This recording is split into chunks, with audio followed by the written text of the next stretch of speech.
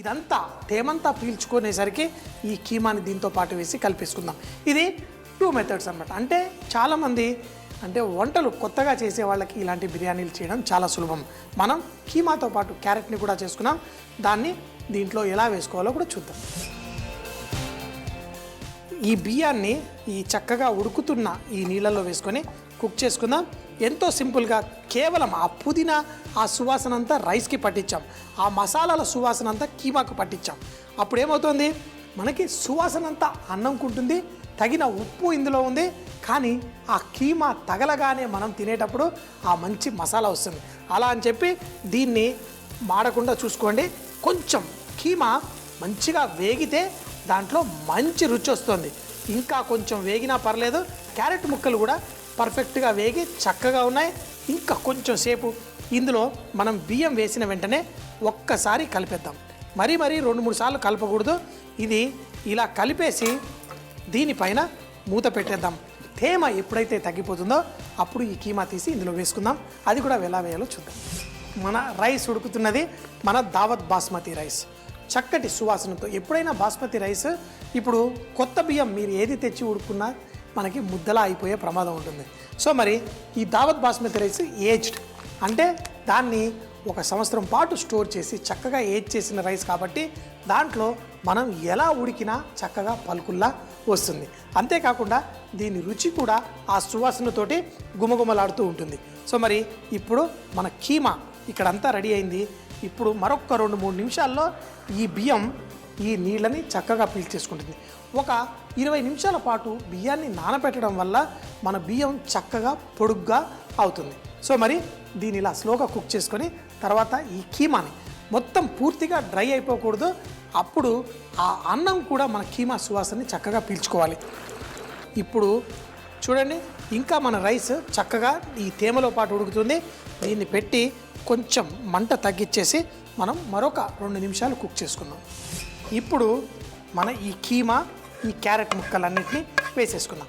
కీమా ఏమో ఎర్రగా, క్యారెట్ ఏమో పర్ఫెక్ట్గా కుక్ అయిపోయింది. ఇప్పుడు దీనిపైన వేసేసి ఈ కీమాని ఆ రైస్ని తేమ ఏదైతే ఉంటుందో దాన్ని కొంచెం పీల్చుకునే విధంగా దీనిపైన ఇలా అమర్చేసాను, మూత పెట్టేశాను. ఇప్పుడు మరొక్క 2-3 నిమిషాలు తక్కువ మంటలో కుక్ చేసి స్టవ్ కట్టేద్దాం. తర్వాత దాన్ని తీసి లైట్గా కలిపి మన ఈ అద్భుతమైన క్యారెట్ కీమా బిర్యానీ వడ్డించేసుకుందాం. మన కీమా క్యారెట్ బిర్యానీ రెడీ. ఇప్పుడు వేడి అంతా పైదాకా వచ్చేసింది.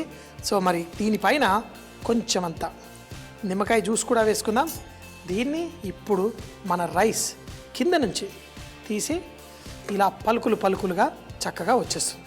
రైస్ని ఇలా చక్కగా మన దావత్ బాస్మతి రైస్ వాడితే తర్వాత ఈ విధంగా మంచి పర్ఫెక్ట్ బిర్యానీ కూడా రెడీ. ఇప్పుడు దీన్ని లైట్గా ఇలా వేసి ఇలా పొడి చేసుకొని మన రైస్ని వడ్డించేసుకుందాం. చూడండి, ఎంతో పర్ఫెక్ట్గా మన కీమా బిర్యానీ రెడీ.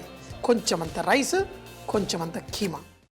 అమ్మా, అలాంటి వాళ్ళది నిజమైన ప్రేమ కాదు, అది వ్యామోహం.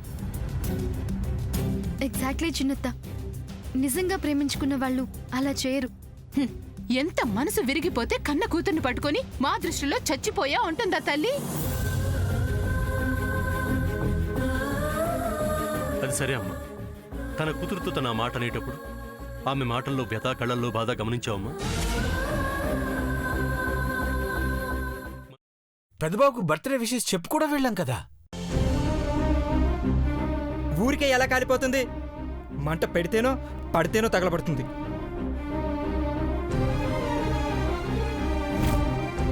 కరెక్ట్ చిన్నబాబు, నీకొచ్చినట్టే నాకు డౌట్ వచ్చింది.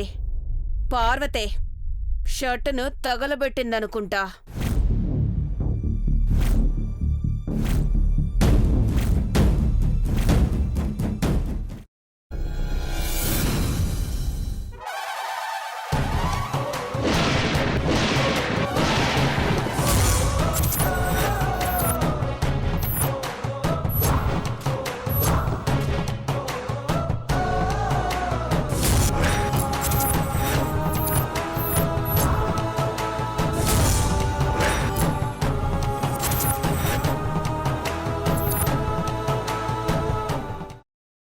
వేసుకున్న తర్వాత పొట్టు తీసేసి చాప్ చేసి పక్కన పెట్టుకోవాలి.